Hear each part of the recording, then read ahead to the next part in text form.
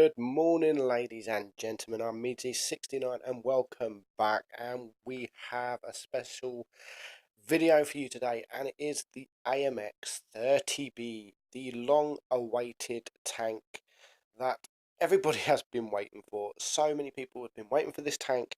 It is finally here. Unfortunately, it is in crates, but we're not going to talk about the crates because the crates suck.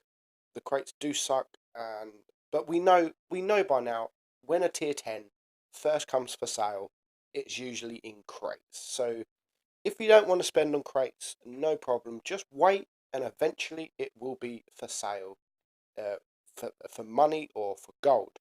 So we're not going to talk about the crates, as you all know how we feel about crates. We're going to be talking about the tank itself. Now, I tested this tank a year ago and it was completely broken. And when I looked at the stats or it being for sale again, the stats didn't look great. The DPM didn't look great. But now the tank it's in stores, it's in the crates. It's not bad. I've been playing it and it's not as bad as I thought it would be. I think it's balanced. It's not OP as it used to be. Um, the DPM is just 3,000, where all the other mediums are way above 3,000. You're looking T62s, Object 140, Leopards 3,500. This is 3,000. So the penetration is 250.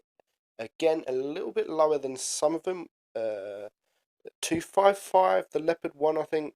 So penetration on your APCR is 250, and on your heat it is 295. Again, I think most of the other mediums is around the 300 mark, so it's not far off. View range 307, and it does 350 damage per shot, which is nice. Shelf velocity 1478. The shelf velocity on this thing seems really, really good. It seems very nice. So does the accuracy. The accuracy actually seems better than it is, which we'll get down to in a minute. So the rate of fire is 8.69, which gives it a 6.9 second reload. That is with your calibrated shells, your rammer, and all the bells and whistles, really. So the gun handling, the aim time is 1.9 seconds, which is nice, and the dispersion is 0.308. So it's not as good as your Leopard 1 and your T62s, but it's pretty much the same as the object. The view dispersion is the same as the STB. So it's got nice dispersion. It feels really, really nice. It's got 10 degrees of gun depression as well, and it does 65 kilometers per hour. Now we're going to look at the armor profile, because the armor profile with the 10 degree, it's not great armor. The armor is not great, and it has this big, massive hatch on top. But the hatch is very troll, very troll. I had one battle while playing. I bounced a Death Star and a Jaegeru both at the same time, 1700 block damage at the same time, because they both aimed for my hatch. Now I was in a sort of hold down position, so if you're looking at the hatch, you're looking at sort of you can get it 202 effective armor. You can see right in the middle, then pink is spaced armor, so it's very troll. 107, and it depends the angles you're looking at. 111, it's not the best armor, but it's very, very, very troll. Again, your front armor 101, 94, side armor is literally nothing. So it's a HE magnet. It is a HE magnet. But it still plays very, very nice. Now, those of you that have the AMX Proto, which is the tier 9 version of this tank, pretty much, it plays very similar. It plays very, very similar, and I love the AMX Proto. So I'm going to love this tank. I'm enjoying it so far, playing it on my contributor account. I'm not sure whether I'm even going to bother trying to get in the crates. It's because it's crates. But enough of the stats, enough of the armor. Let's go straight into some battles. So we have two battles on Yamato Harbour, and then we have a battle on Destiny Pearl. So Yamato Harbour, the first battle, we're going to push right to C. Well, there is two mediums against one, so pushing C is, I think, the best choice. Again, we've got 10 degrees of gun depression on this tank, which you can put to good use. We got the waffle in there. We managed to miss a shot from him, but we do get him, and the T62 on my team is coming to help me. So we've now caught C. The enemy are capping, or they was capping A, and you can see most of the enemy are now around B and around the A area. However, we do know there is a T62 here and there is a waffle here, so we are being a bit cautious of that. And as soon as I know I could push forward, I'm going to push forward, and we get the side of a chieftain, which again, the shell velocity and the accuracy just feels really nice in this tank. So we get one shot on the chieftain, and now we know that there is a T62 here, and we get one shot into the side of him. We're going to back up because there is still a waffle somewhere. But the enemy have now caught two bases. So there is a T62, and he's doing okay, to be honest. He's hold down. I'm not able to get any shots, and now we have two tanks down. So I'm going to wait for my teammate. We have a heavy and we have a TD, and as soon as this Conqueror starts to push, I'm going to push with him, because two tanks on one is better than one tank on one. So I'm going to use the Conqueror. We're going to rush into the T62. We're going to hide behind these hills so no other tank can get us. We get a lucky bounce from the side, and we managed to take him out. So pushing with that Conqueror, we managed to take out one of the highest DPM tanks very, very quickly. And he only actually managed to shoot a couple of times. And we've only taken one shot. So we've taken one shot, and it's already now 5 against 4. So we was two tanks down.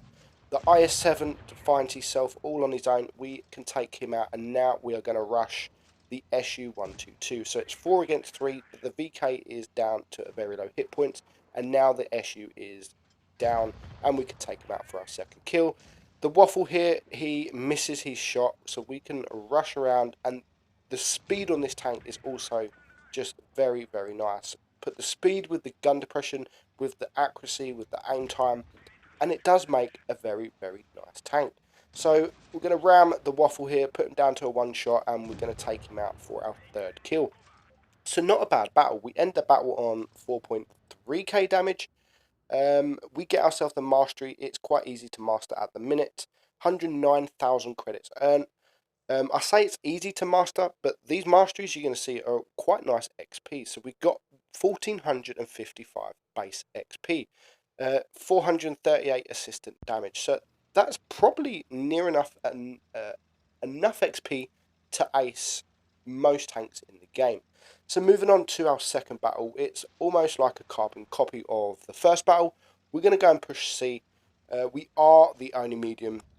The enemy has two mediums, and we're going to find ourselves in quite a bit of bother. Now, again, there is a waffle in the exact same place. We're going to shoot him the exact same. But now it's going to get a little bit tricky, as the E50M is pushing. There is an E5 pushing also. There is a waffle at the back, and you can just look at the minimap. All my team has pretty much gone to A. There is a couple of TDs that is sitting at the back. IS8 there, shut the fuck up. Don't know who he was talking to, but oh well. So we've stood our ground, but now there is a Centurion that has come behind. So now I'm in all sorts of trouble, and I just need to get the hell out of there. We get a shot on the Centurion on the run, and you know what? I think, our TDs are still here, so I'm going to stop. The Centurion is very low hit points, and the E50 is quite low as well. So we get one shot in the Centurion. He damages our ammo rack, it sucks, because that now gives us a 10-second reload, which is not good at all. I've used my repair kits, I've used both repair kits, so I have to make do for another 40 seconds with a 10-second reload gun. So we've got the waffle here. We're going to use the HE 430, but we do pay the price and we do get shot in return. So now I'm in trouble. we've got a waffle in front, we've got the e5 behind, and I am in trouble. So if I stay in this position, I'm going to die. And I can see my team now just to the left, they are going to start pushing the waffle. So that is my only hope. And luckily, as I come around the corner, the waffle is not looking at me. So we can shoot him once with HE. The WZ misses him, which is great for me. It gives me a kill and just a little bit more damage. So we're going to take out that waffle for our first kill. We have noticed that E5 is still there, so we want to stay away from that E5 because he's full hit points. He's quite a good player, and we're just going to stick with the team. So there is two E100s here. One of them is very not healthy, and the other one is quite low. So again, we're sticking with our team. The E100 pulls back. We're going to get one more shot into him, and the waffle is going to take him out. So now there's just an E100, a waffle, and that E5 from earlier that is still alive. So we're going to go and push the waffle. We still have two HE shells remaining. There is my waffle that is going to push, and we're going to spot him as we come up. We're going to shoot him a HE 337. That was a low roll, but the waffle is going to take him out. So that now allows me to rush this E100 with my team. Again, I'm still shocked that I stayed alive. We're going to get at the back and we're going to do 374 into the E100. And our second shot, we're going to put him on fire. So look at that, 700, 800, 862 damage with one shot, which is very nice indeed. And now it just leaves the E5. Now, the last time I looked at the E5, he was full health. So I'm not sure at this moment in time just how healthy he is. I'm just still assuming he is full health. But as we come up around the corner, he is spotted and he only has 71 HP left. We're going to try a few. Sometimes you hit him, sometimes you don't. But I was just sort of testing how good the accuracy actually is. And you know what?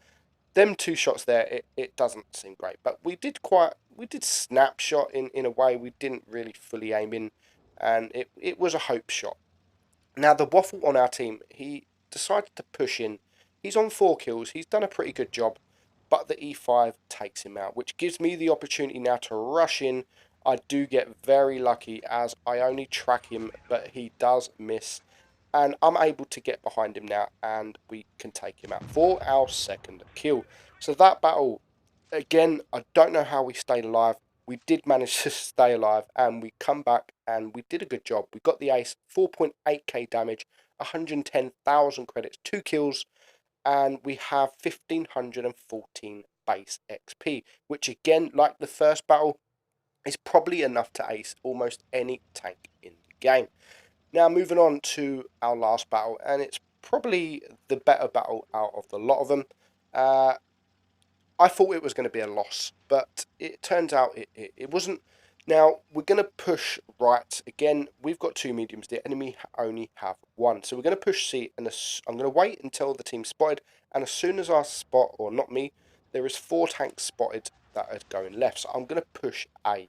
I'm going to push C. And we find a Yag Tiger. Now, I didn't expect a Yag Tiger to be all on his own in this side of the map. So I'm not sure what he was thinking in going on his own. A turretless TD on his own. Yes, he's got great DPM, but when he is in the middle of a road, he literally, what can he do now? He's got a waffle in front of him and he's got a medium tank behind him, and there is literally nothing he can do. So that probably cost the enemy this game. If he would have gone with the enemy, with his team, instead of coming out here all on his own, it would have changed the battle. I think it would have changed the outcome of the battle. So he's now gone. We have got 1 tank down. The Jaegeru on the enemy team is, again, he's a good player, and he's quite low hit points. So we're going to rush round, we're going to flank round, and we are going to try and focus him because he has a big gun and he can take almost half of my hit points just with 1 shot. So again, we're going to try a hopeful shot there, and by this time it's almost too late to turn around. I've got no choice but to rush him. We do manage to take him out. The WZ-121 does miss his shot onto me, and now it leaves him on his own in this little section of the map, and it's me and a Leopard 1 that is attacking him.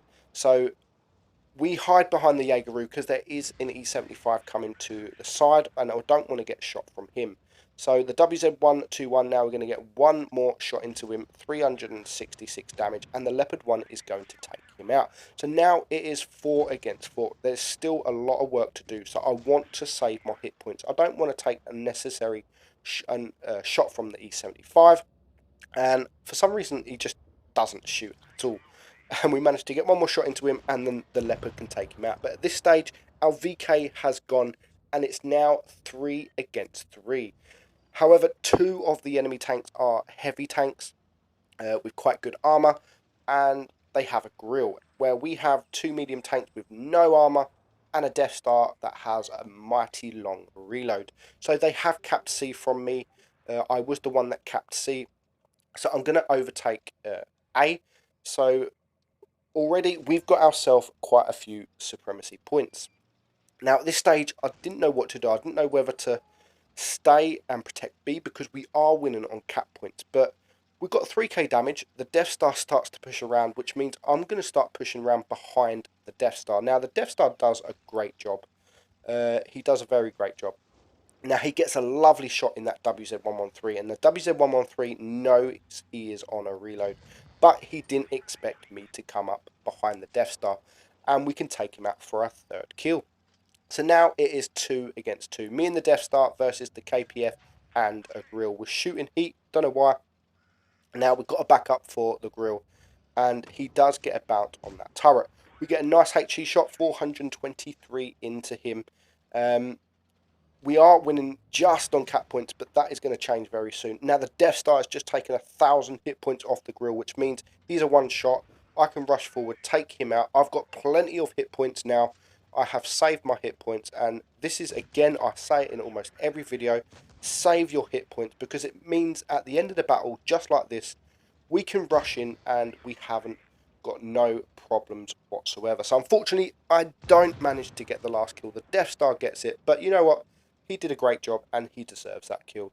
So that battle, we end on 5,066 damage, 212,000 credits with the missions. We get the ace, Top Gun, high caliber, 1,648 base XP. So even though it's a tank that no one has yet, I'm playing it on my contributor account before the tank is released.